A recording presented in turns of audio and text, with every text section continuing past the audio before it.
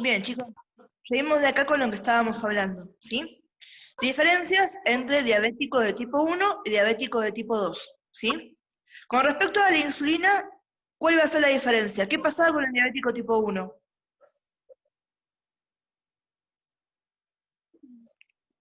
No produce insulina. Perfecto. ¿Y con el diabético tipo 2, qué problema tiene? Produce, pero no sabe cómo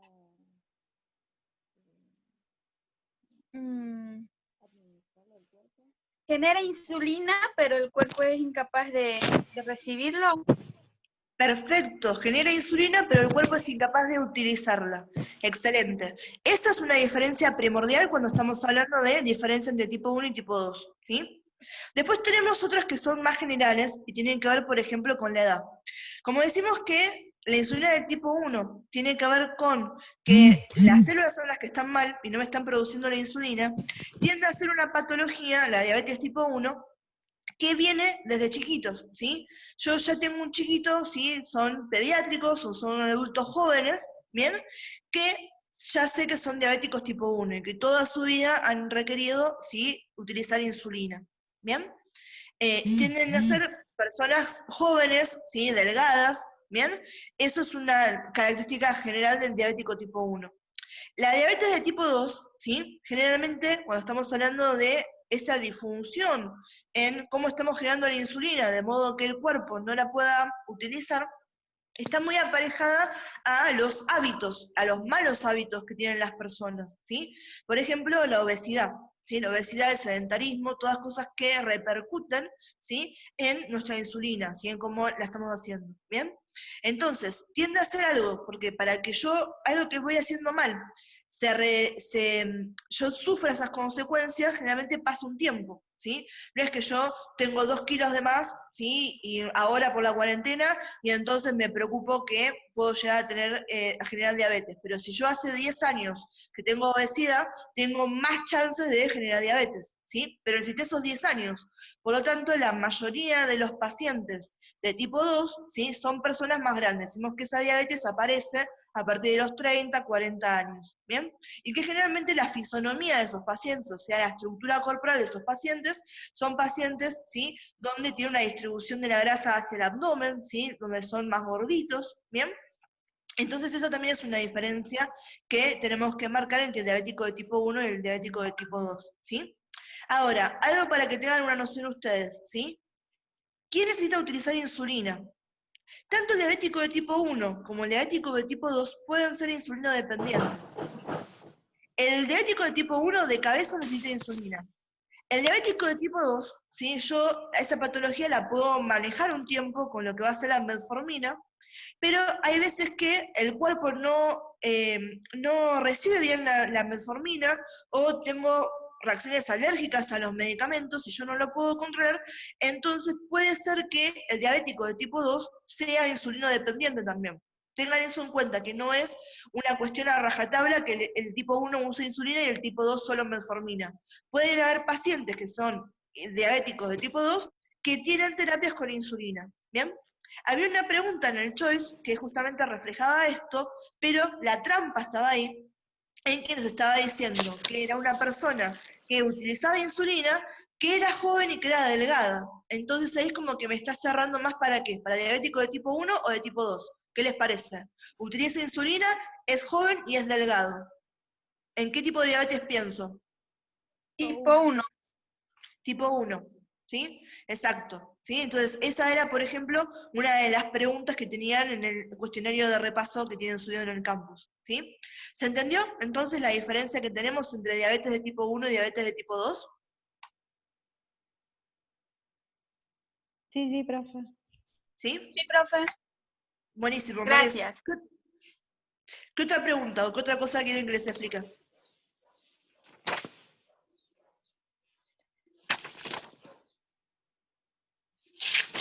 Me gusta ir el ruido de hojas, me encanta.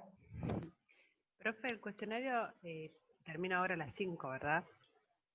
El cuestionario termina ahora a las 5, por una cuestión de incentivarlos a que muestren actividad en el campus en horario de clase, pero no se preocupen, que yo entiendo que ustedes, hay muchos que están trabajando, o ahora estamos en Zoom y no lo pueden hacer, se los vamos a dejar habilitado para que lo puedan hacer las veces que quieran y practiquen de esa manera. Ah, buenísimo. Es una engaña pichanga, pero no se me malacostumbren. Cuando les ponemos en horario de clase, intenten hacerlo, porque la idea es esto, es que se encuentren con dificultades y las podamos charlar en el momento, ¿sí? Si ustedes no tenían dudas, bueno, se las quiero generar yo, para que se las saquen ahora y no tengan dudas en el momento del examen. Sí, porque yo ¿Bien? entré a realizarlo y no lo pude hacer, y después, bueno, ya empecé con el Zoom. Sí, amor, no te preocupes, yo después se los habilito de vuelta, ¿sí? Así lo pueden practicar. Y la idea de eso es que ya vayan afilándose más o menos a cómo son el tipo de preguntas que puede tener el examen y cómo pensarlas, que eso es lo más importante, aprender a pensar y a razonar esas preguntas, ¿bien? Con el conocimiento que tenemos.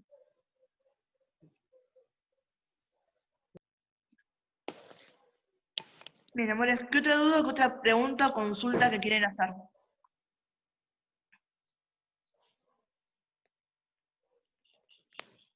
Profe, ¿puede explicar lo que es tiroides y paratiroides? Porque la verdad no entiendo. Sí, la tiroides y la paratiroides son dos glándulas, ¿sí? Las tenemos ¿a dónde? A nivel del cuello, ¿sí? Entonces, estamos acá, a este nivel, ¿bien? Cuando hablamos de la estructura anatómica, ¿sí? Empecemos con la tiroides, ¿sí? Decimos que la glándula tiroides es una glándula endocrina. ¿Por qué es una glándula endocrina? Porque va a producir hormonas y las va a secretar ¿hacia dónde? Hacia la sangre, ¿sí?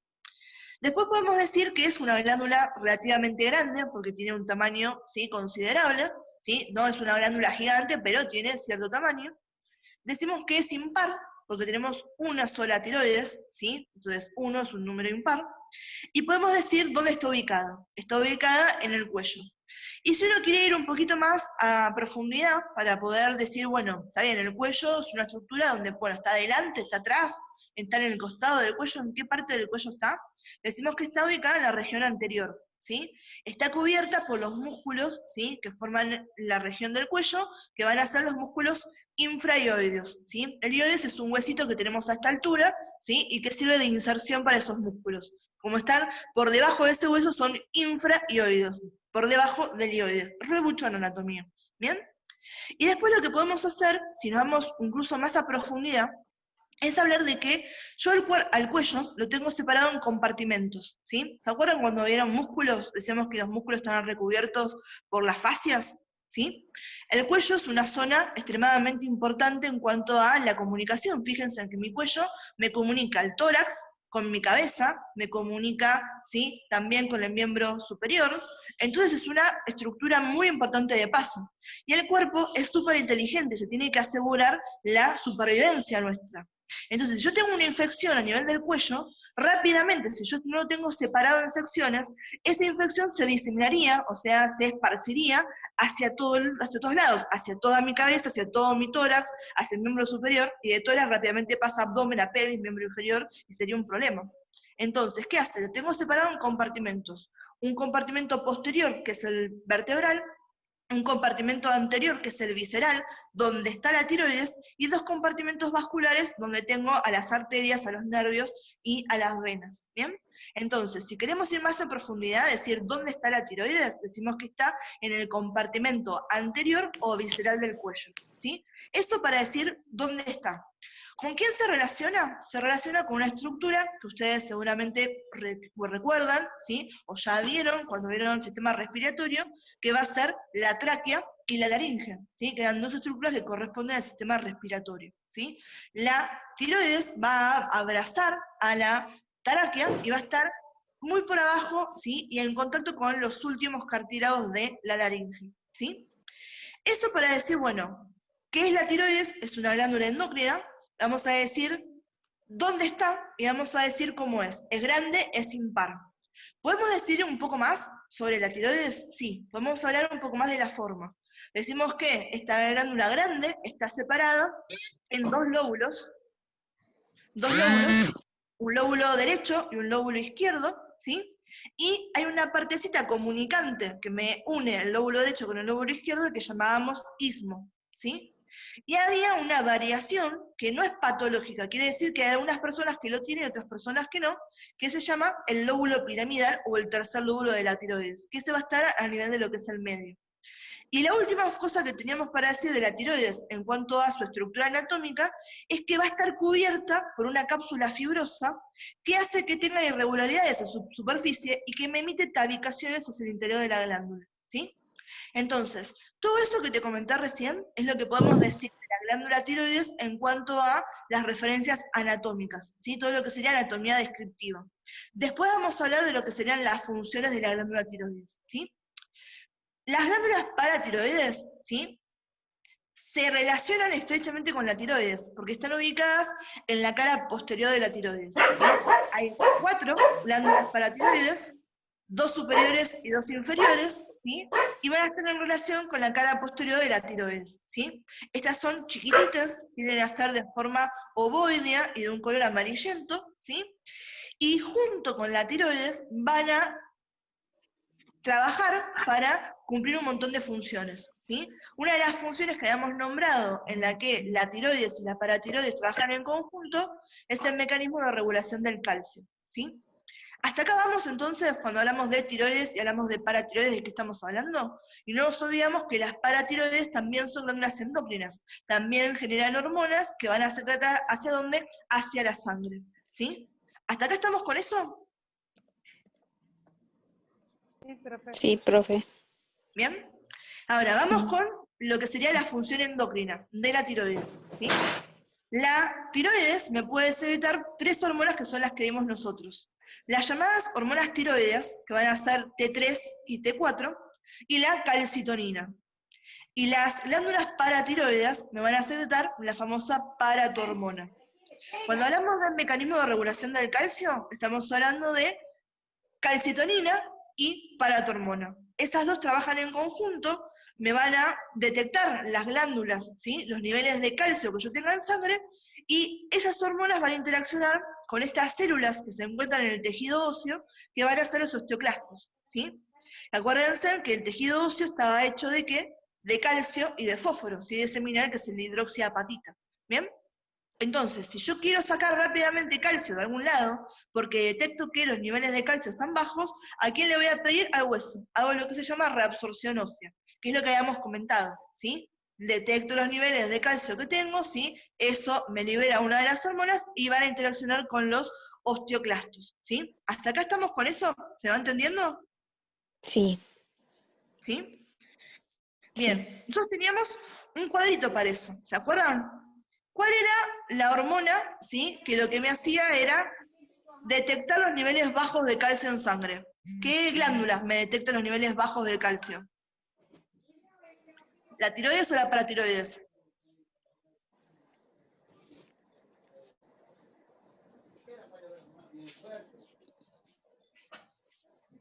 Chicos, La tiroides. Tiroides. No, la paratiroides, ¿sí? Los niveles de Sí, calcio sí. bajos en sangre los detecta la paratiroides. Y secreta paratormona, ¿sí? Entonces, ¿qué quiere hacer esta? Quiere hacer un efecto contrario a lo que fue su estímulo, ¿sí? Entonces, si yo detecto que están bajos los niveles, la función de la paratormona va a ser elevar esos niveles de calcio en sangre. Entonces, ¿qué va a hacer la paratormona? Me va a estimular a los osteoclastos para que me hagan reabsorción ósea y me liberen calcio a la sangre. Caso contrario, ¿qué pasa cuando los niveles de calcio están altos en sangre? ¿Quién detecta eso ahora? La tiroides. La tiroides. ¿Y qué secreta la tiroides? ¿Qué hormona secretaba que funcionaba con la paratormona? La calcitonina. Perfecto. La calcitonina. Y la calcitonina lo que está haciendo es inhibir la acción de los osteoclastos. Por lo tanto, le dice, basta, deja de hacer reabsorción ósea, que no necesito que se libere más calcio en sangre, ¿sí? Ese es el mecanismo de regulación del calcio que ustedes tienen que conocer, ¿sí? La tiroides que secreta calcitonina, la paratormona que secreta hormona paratiroidea, las paratiroides que secretan hormona paratiroideas o paratormona, y cómo estas dos están interviniendo con los osteoclastos, o los estimulan o los inhiben, ¿sí? Eso era lo que era el metabolismo de regulación de absorción del calcio, ¿sí? Después lo que teníamos eran las hormonas tiroideas propiamente dichas, ¿sí? Estamos hablando de T3, estamos hablando de T4. ¿Se acuerdan que habíamos dicho que había una hormona con propiedad y había lo que se llamaba una prohormona? ¿Cuál era la prohormona? O sea, la precursora para que se forme una hormona hecha y derecha. ¿T3 o T4? La T4 era prohormona. Perfecto, ¿sí? T4 era la que más teníamos, ¿sí? T4 es la que se llama tiroxina, es la hormona circulante y es la prohormona, que quiere decir que cuando esta llega a los tejidos se convierte en triiodotironina, que es la T3, que es la hormona efectiva. Eso es lo que ustedes tienen que saber. ¿Cuál es la hormona circulante? T4, que es T4 una prohormona, y es la que tengo en mayor cantidad. ¿Cuál es la hormona tiroidea efectora, la que está cumpliendo su papel en los tejidos? T3, ¿sí? Que es la triiodotironina, ¿sí? Y en su nombre tienen yodo porque justamente para producirlas, ¿sí? La glándula tiroides necesita yodo y necesita aminoácidos, ¿sí? Necesita tironina. Estas son hormonas aminas cuando hablamos de la clasificación, ¿sí? ¿Se entiende eso entonces de T3 y T4?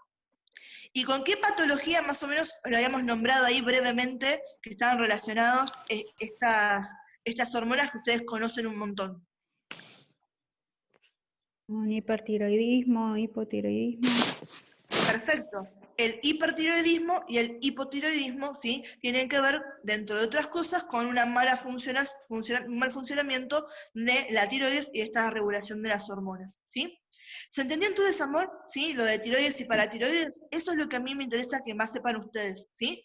Y que recuerden que las hormonas tiroides en general, uno las tiende a encasillar solamente con lo que va a ser la función metabólica, pero que son extremadamente importantes para nosotros, desde regulación de la temperatura, regulación de la frecuencia cardíaca, son extremadamente importantes. No es algo para pasar del alto si uno tiene problemas a nivel de la tiroides, ¿sí? Es algo para ir a ver con el médico especialista, que es el médico endocrinólogo, ¿sí? Entonces, si ustedes saben o tienen algún familiar que tiene algún problema, ¿sí? A nivel de la tiroides, no lo dejen estar, vayan, aprovechen el médico, ¿sí? O las consultas, que es algo que si uno lo agarra con el tiempo, lo puede prevenir y puede prevenir un montón de alteraciones, ¿sí? Para esa paciente o para esa persona, ¿sí? ¿Se entendió esto? Sí, ¿y cuáles serían los síntomas más o menos? Si tengo hipertiroidismo, paratiroides. Cuando tenés hipertiroidismo, ¿sí? Generalmente uno de los síntomas es un aumento de la función metabólica, ¿sí? Las personas que tienen hipertiroidismo tienden a tener, por ejemplo, comen bastante pero no engordan, ¿sí? Tienen, bueno, esa cuestión. Uno de los signos clínicos de esos pacientes es lo que se llama la exoftalmia, ¿sí? ¿Qué es la exoftalmia cuando estamos diciendo así en criollo? Los famosos ojos de huevo, los ojos saltones, ¿sí? Eso tiene que ver con lo que es el hipertiroidismo. Y generalmente también tienen una estructura que se llama bocio, ¿sí? Que aumenta de tamaño la tiroides y podemos tener, ¿sí? Agrandada la tiroides. Cuando hablamos del hipotiroidismo, esto es muy general para que tengas una idea, ¿sí? Hacia lo grande de lo que es hipotiroidismo, estamos hablando donde generalmente está asociado a un ritmo metabólico más lento, ¿sí? Entonces, ese famoso, che, toma un vaso de agua y engordé 50 kilos, ¿sí? Que no es así, ¿sí? Generalmente la mayoría se escucha, no, yo estoy gorda porque tengo hipotiroidismo, ¿sí? Y no es siempre de esa manera, mira, no es tan extremo. Y estos pacientes terminan teniendo una de las características, es el hirsutismo, que digamos, hirsutismo que es tener mucho pelo, ¿sí? Es uno de los signos del hipotiroidismo, ¿bien? Después también la caída del cabello, ¿sí? Hay un montón de otros signos que nos pueden apuntar para lo que es esto, ¿sí? ¿Y cuál va a ser el definitorio para vos saber si tenés hipertiroidismo? El análisis de laboratorio y el conteo de los niveles de tus hormonas tiroides, ¿sí? Eso va a ser lo que a vos te va a llevar el día de mañana a generar un diagnóstico para ese paciente o para esa persona, ¿sí? Sí, profe, gracias. Mira, Una pregunta, chicos, ya que estamos con esto. Recién ustedes le preguntaron, por ejemplo, cuáles son los síntomas, o sea, lo que se ve básicamente en la clínica de un hipo o un hiper. Pero ¿tienen en cuenta o entienden cuando la profe dice metabolismo, el metabolismo acelerado, el metabolismo disminuido? ¿Todos entienden qué quiere decir eso? Porque es un concepto bastante importante que lo tienen que tener en cuenta de acá el resto de su carrera y de su vida profesional. No, ¿No? eso ¿Sí? no. Si me lo puede ¿No? explicar. Bueno, un bocadito para meter antes de explicar un poquito de metabolismo es que no puedo creer que están todas las cámaras apagadas. Lo dejaron a la profe sola y a Alejandra sola. ¿Qué es esto, chicos? Es una clase en blanco y negro. ¿No pueden prender las cámaras, por favor? Es algo que les pedimos al principio de la cursada, o sea, hace 2 semanas. Prendan las cámaras, miren mi pelo. Tamara está hermosa, Alejandra está hermosa, pero miren mi pelo, por favor. A nosotros no nos importa verlos feos con tal de verlos. Así que les Lo que, pedimos encarecidamente que lo prendan. lo que pasa es que yo no lo puedo Volviendo, prender a ver qué me van a decir ahí en el medio. porque yo en el momento que estoy escuchando me doy un tiempo porque estoy trabajando. Porque estoy trabajando. Pero yo Bueno, igual ¿y me los doy demás tiempo, compañeros? porque yo igual me doy tiempo para el Zoom. Por eso no lo prendo. Pero yo los escucho igual. Bueno, volvamos entonces al metabolismo. Para la próxima esperamos más cámaras prendidas, perdón. Cuando hablamos de metabolismo estamos hablando básicamente de un conjunto de procesos que ocurren adentro del cuerpo. Cuando ella se refería, por ejemplo, a un metabolismo acelerado, no solo se refería, por ejemplo, a un metabolismo intermedio, que hablamos de cómo las macromoléculas, por ejemplo, los glúcidos, las proteínas o los lípidos se metabolizan en el cuerpo. ¿Qué quiere decir? Nosotros ingerimos estas macromoléculas y las podemos destruir para conseguir energía, o podemos almacenarlas para cuando no tengamos energía. Entonces, cuando la profe habló, por ejemplo, de un metabolismo acelerado, que dio el ejemplo de tomo un vaso de agua y básicamente, bueno, un vaso de agua no, me como todo y no engordo nada, quiere decir que todo lo que estoy comiendo se usa en energía y no se almacena nada. Por eso es el dicho de yo como un montón y yo debería engordar un montón, para un metabolismo regular, podríamos decirlo, ¿no? Pero yo como un montón y no engordo nada. ¿Por qué? Porque toda esa energía no se almacenó, se usó, o sea, toda esa comida se usó, en los nutrientes se usaron todos, ¿sí? En cambio, en el hipotiroidismo tenemos un metabolismo más lento, o sea que almacena, se usa energía, obviamente, pero no tanta. Por eso también hay síntomas como el cansancio, por ejemplo, el que uno no se puede levantar, que está cansado, que hace un poco de ejercicio y no da más. O sea, no tengo energía. ¿Por qué? Porque esa energía también, la mayor parte de los nutrientes que nosotros absorbemos, se usaron para el almacenamiento. Por eso también hay una tendencia a engordar. El vaso de agua engordo 5 kilos. ¿Se entiende más o menos ahora lo que la profe quiso decir? Profe, ¿puede repetir la última parte? Sí, Profe. ¿la de hipotiroidismo o en general todo? No. La última parte, la última explicación que dio. La que era. La primera fue el metabolismo acelerado. Claro, La que cuando otra. nosotros hablamos... Claro, cuando nosotros hablamos de un metabolismo más lento, quiere decir que Sí. tarda mucho el cuerpo en agarrar esos nutrientes absorbidos y en convertirlos en energía. Y hay muchos de esos muchos de esos nutrientes que se almacenan para que luego, cuando yo no tengo energía, utilizarlos. Pero por eso la persona tiende a engordar y por eso tiende a tener poca energía, porque es un metabolismo que tarda más de lo normal para conseguir energía. ¿Se Esto entiende también más o es menos? un concepto de repaso de lo que era biología. Acuérdense que ustedes vieron las biomoléculas, ¿sí? Habíamos hablado de los hidratos de carbono, donde estaría, por ejemplo, la glucosa, que era ¿sí? Este producto número 1 de utilización como fuente energética para nuestro cuerpo, ¿sí? Si yo tengo glucosa y me sobra, ¿sí? Lo guardaba como glucógeno. Si yo después ya agoté todas mis capacidades de guardar glucógeno, ¿sí? En los sitios normales, como el hígado, por ejemplo, mi siguiente lugar donde voy a almacenar esto excedente que tengo de energía va a ser mis células grasas, ¿sí? Por eso es que decimos, si yo como de más, mi cuerpo tiende a guardarlo, ¿sí? Lo que no usa lo guarda. Si no lo usa, si no lo guarda donde corresponde, que es, ¿sí?, en forma de glucógeno, por ejemplo en el hígado, lo terminan guardando en estas biomoléculas que eran de una fuente de energía mucho más lenta, que eran las moléculas, ¿sí?, los adipocitos, ¿sí?, las células grasas. ¿Bien? Por eso está esa relación entre, por ejemplo, comer mucho, no poder utilizarlo y engordar. En el caso de lo que les comentaba la profe del metabolismo, lo que está fallando ahí es la capacidad que tiene mi cuerpo de realizar las funciones para accionar frente a un elemento, transformarlo y utilizarlo, ¿sí? Entonces, no lo puedo utilizar, y cuando el cuerpo no lo puede utilizar, que no lo puede usar las células, lo guarda, ¿sí? Si lo guarda, sí, dice, bueno, yo primero voy a guardar en la heladera. Si la heladera la tengo llena, empiezo a guardar ¿dónde? En la alacena, abajo de la mesa, ¿sí? Y de golpe que tengo todo un lío en la cocina. En vez de tener todo guardado donde corresponde, ¿sí?, tengo todo por todos lados. Entonces, en vez de ser una persona con una fisonomía magra, ¿sí?, acorde a la estructura, que empiezo a engordar, ¿sí? ¿Se entiende eso? Sí, profe. Sí, profe. Bien. ¿Qué otras preguntas? O Flor, ¿algo más que querías comentar? No. Igual me enganché un poco tarde, pero Le vamos, acá es incentivarlos a que nos pregunten. ¿cómo vienen De con la las, materia, ya que llegué tarde? Perdón, dale. de las glándulas suprarrenales nos puede explicar, profe, por favor. ¿Qué es lo que ¿Qué no cosa, entendiste amor? de ese tema? La función.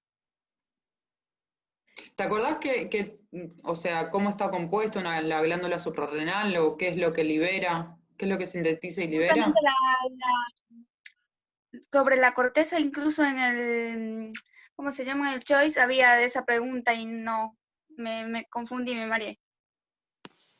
¿Qué pregunta? Ah, ¿cuál era la que liberaba glucocorticoides, esa? Sobre la corteza. ¿O si estaba dividida en la zona glomerular, fasciculada y reticulada? Sí, profe. Esa era la corteza, amor. La médula no se me divide en zonas, ¿sí? Tenemos la glándula, esto estamos hablando desde la morfología, o sea, la forma y la estructura descriptiva de la glándula, no estamos hablando de la función, ¿sí? Decimos que las glándulas suprarrenales se me pueden separar cuando yo la corto, ¿sí?, en el medio, puedo ver que hay una zona a la que voy a llamar corteza y hay una zona interna a la que voy a llamar médula, ¿sí? Médula medio, ¿sí? Está ahí en el medio, ¿sí? Y como somos guachos en anatomía, y siempre vamos un poquito más allá, cuando miro la corteza veo que hay pequeñas diferencias, y puedo detectar tres zonas. La zona glomerular, que es la más apical, o sea, la que está más arriba del todo, ¿sí? La zona fasciculada, que va a estar en el medio, y la zona reticulada, que es la que está en contacto con la corteza, con la médula, perdón. Entonces tenemos zona glomerular, zona fasciculada, zona reticulada y médula, ¿sí? Entonces cuando yo hago un corte de la glándula suprarrenal es lo que tengo para describir. Ahora, ¿por qué insistimos nosotros en que ustedes conozcan, ¿sí?, la morfología? Porque cada una de las partes que estamos nombrando va a tener una función endocrina secretoria diferente, ¿sí? Entonces, si yo hablaba de la zona glomerular, ¿qué hormona estaba generando en esa zona? ¿Se acuerdan?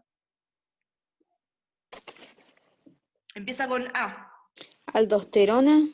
Exacto, Claro. aldosterona, ¿sí? Que Sí. esta, si recuerdan, la tuvieron que haber visto cuando vieron sistema renal, ¿sí? Que se hablaba del sistema renina, angiotensina, aldosterona, ¿sí?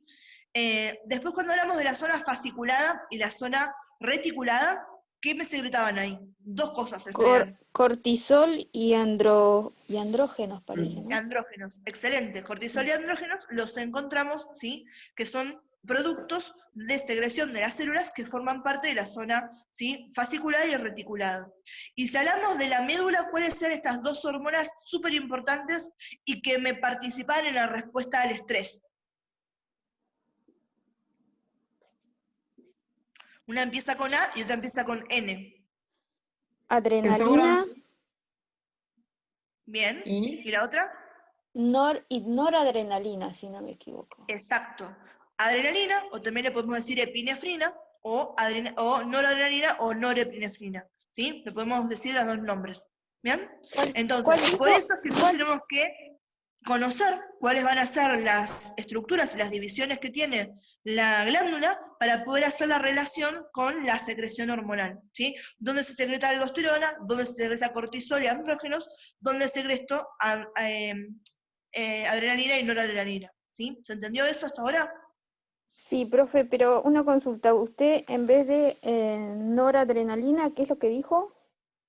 Norepinefrina. Norepinefrina. ¿Cómo? Si vos ves en medicamento que dice adrenalina, yo le puedo poner Sí. una etiqueta arriba que diga epinefrina y es exactamente lo mismo. Es el mismo Ahí te nombre lo para mando por WhatsApp. la misma droga, ¿sí? Y la noradrenalina le puedo decir norepinefrina. Ah, Ahí te dale, lo porque mando por el grupo de WhatsApp. lo estoy anotando. Chicos, algo para tener en cuenta que también dijo la profe, que vieron que nosotros dividimos la corteza suprarrenal la suprarrenal en corteza y en médula. La corteza a su vez tiene sus divisiones y cada una tiene su síntesis. Cuando nosotros hablamos, por ejemplo, de la aldosterona, que como dijo la profe, ya lo deberían más o menos conocer para esta altura, a la aldosterona se le dice que es un mineralocorticoide. ¿Saben por qué? No. Un mineralocorticoide básicamente va a actuar, o sea, primero es por su estructura molecular, pero segundo porque va a actuar básicamente en todo lo que es el metabolismo del balance hídrico, ¿sí? ¿Se acuerdan qué es lo que hacía la aldosterona? No. Toda la absorción del agua, profe. Perfecto. Bien. ¿Y la ¿Se acuerdan qué eliminación de sistema qué? participaba? Ahí va. Bien, la absorción de agua y después que me eliminaba, acuérdense que también teníamos ahí que nombrar el sodio y el potasio, ¿sí? A nivel de el túbulo contornado distal, ¿sí? Ahí al final de todo, o del colector. Por eso es el balance hidroeléctrico. Hidro de agua y eléctrico de los electrolitos, o sea, del sodio y del potasio. Del potasio, ¿sí? ¿Se acuerdan Acuérdense que es? que, perdón, Flor, que ustedes No, también no, tienen no. subido que es súper importante el sistema renina-angiotensina-aldosterona, sobre todo porque ustedes ahora en fármacos están viendo hipertensivos, ¿sí? Y tienen que ver con eso, ¿bien? Y que el día de mañana también, cuando les van a decir a ustedes, pónganle al paciente sodio, potasio, ¿sí? O tienen que hacer una dieta hipersódica, ¿sí? El Nutri también lo tienen que estar viendo. ¿De dónde viene esto? El sistema renina-angiotensina-aldosterona es súper importante, ¿sí?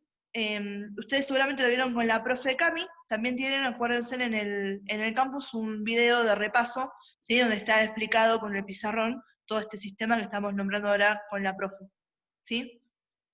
Tuyo, Sí. Flor.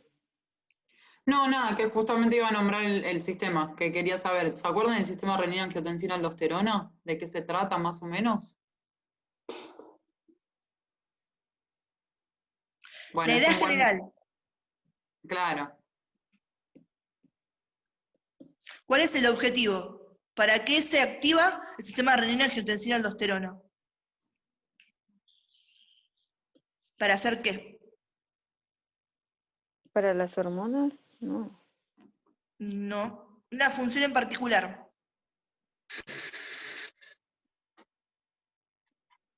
Recién ¿Secreción dijeron... hormonal?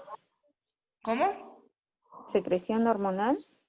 No, acordate que el sistema siempre se va a activar básicamente ante ciertos estímulos y va a cumplir una función. Si bien la función va a ser la secreción de, por ejemplo, la aldosterona, esas hormonas cumplen otra función en particular. Recién, por ejemplo, dijeron reabsorción de agua. Si yo sé la finalidad, por ejemplo, del sistema, yo tengo que pensar cuál vendría a ser el estímulo. Si mi finalidad es reabsorber agua, ¿cuál va a ser mi estímulo? ¿Entienden lo que digo? ¿O no? ¿Se entiende más o menos? ¿Para qué me sirve a mí que el riñón reabsorba agua? Cuando le ponen, Para, por ejemplo, para filtrar la sangre. no, no es el objetivo. ¿Para qué? A ver, Ale, ¿qué ibas a comentar vos? Para hidratarse, para Mm, obtener. ¿Escucharon, por ejemplo, cuando dice, bueno, ponele a ese paciente, ¿sí? Una bolsa de solución hidrosalina. Quiero aumentarle la Y empieza con B corta. ¿Escucharon alguna vez ese término? Quiero aumentar la volemia. No. ¿No lo escucharon nunca? Cuando uno, ¿sí? Por ejemplo, estoy colocando un suero a un paciente, ¿sí? En realidad una bolsa de solución, ¿sí? Fisiológica, ¿bien? Lo que quiero hacer es aumentar la bulimia. Estoy dándole todo eso que tengo en la bolsa, ahora va a estar en circulación por el torrente sanguíneo de esa persona, ¿sí? ¿Para qué me sirve a mí aumentarle la bulimia al paciente? Esto tiene que ver con lo que estamos hablando con la profe de este sistema, ¿sí? ¿Saben qué quiere decir bulimia? Perdón, Tami. ¿Saben qué es la bulimia? No. Todo lo que termina en anemia siempre va a ser en sangre. Entonces, básicamente lo que está hablando la profe es el volumen sanguíneo, ¿sí? La bulimia es básicamente la sumatoria entre el volumen plasmático más el volumen de los elementos formes, ¿sí? El volumen globular, o sea, glóbulos rojos, glóbulos blancos, plaquetas, más el plasma, que el plasma ya ahí tiene proteínas, factores de la coagulación y un montón de cosas. Entonces, es la porción líquida de la sangre. Claro, cuando yo tengo una disminución de esa parte, como dijo Tami, la idea es reabsorber agua para reponer, porque yo tengo que tener un, ¿cómo se dice? Como un rango de volemia para que mi cuerpo pueda actuar o funcionar de forma normal. Si a mí se me baja la cantidad de volemia, ahí yo voy a tener que reabsorber agua, entonces el sistema renina-angiotensina-aldosterona se va a prender. Te reinterrumpí, ¿te ibas a decir algo más? Se los digo de la misma manera. Hay como un ejemplo, ¿sí? Yo no entiendo nada de autos, pero seguramente escucharon hablar, se me está ahogando el motor, como que le falta algo para que, ¿sí? Si no tengo nafta, ¿sí? El motor me carbura en vacío y eso me lleva a que tenga un problema. Para que funcione yo tengo que tener algo que esté circulando, ¿sí? Entonces nuestro cuerpo, ¿sí? Decimos, ¿la sangre circula por dónde? ¿Por dónde tenemos circulando la sangre? ¿Por qué estructuras?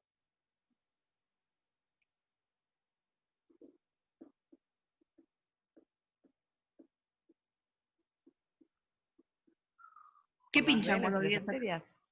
Por las Perfecto. Por los arterias. vasos. Por los vasos sanguíneos, perfecto. No, ¿sí? no les dé vergüenza, chicos. Equivóquense acá. Preferimos que se equivoquen acá antes de que el parcial. Pero hablen, por favor. Entonces, siguiendo esta analogía de ese motor que no me puede funcionar en vacío, ¿sí? Por los vasos sanguíneos tiene que estar circulando cierto volumen de sangre, ¿sí? Que es necesario, ¿bien? Ahora, una de las cosas, ¿sí? ¿Cuál era uno de los signos vitales que yo podía tomar en el paciente, ¿sí? Para determinar, ¿sí? La fuerza que estaba haciendo la sangre sobre la superficie de los vasos sanguíneos. ¿Qué podía utilizar para eso? ¿Qué instrumento de enfermería número 1? El... La ¿El qué? presión arterial. Perfecto, ¿y qué utilizas para eso? ¿El Tensiómetro. El tensiómetro. ¿sí? Entonces, para vos, ¿sí? Para que el paciente tenga una tensión arterial normal, tiene que tener cierto volumen de sangre que esté pasando por los vasos sanguíneos, ¿sí? Y eso hace que todo funcione como corresponde, ¿sí?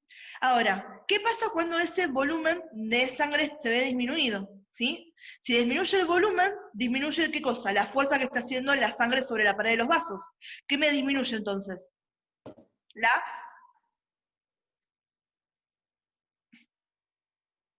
presión. Perfecto. Si me disminuye la fuerza que hace la sangre sobre la pared de los vasos, me disminuye la tensión arterial, ¿sí? Que ese justamente es el estímulo que me desencadena este sistema renina-angiotensina-aldosterona, porque a mí no me gusta. Yo ya sé que si detecto que no tengo esa presión normal contra las paredes de los vasos, tengo disminuido el volumen, ¿sí? Circulante de sangre, ¿sí? O tengo disminuida la tensión arterial. Y hay algo que lo tengo que reponer. Entonces, entra en juego este sistema, cuya función va a ser elevar la tensión arterial, ¿sí? O subirme la presión, cuando hablamos así mal y pronto, ¿sí? Eso es lo que les preguntaba la profe. ¿Para qué activamos el sistema renina-angiotensina-aldosterona? Para elevar la tensión arterial, ¿bien? Y todos los procesos que resultan de la activación de esas hormonas, su objetivo va a ser ese, elevar la tensión arterial. Entonces, reabsorbo agua para aumentar la volemia, ¿sí? Si yo tengo más volemia, pero los vasos tienen el mismo calibre, es lo mismo que me pasa a mí cuando me quiero poner el jean y aumenté 5 kilos en cuarentena, ¿sí? Tengo más volumen en una misma estructura que no cambió. Entonces hago más presión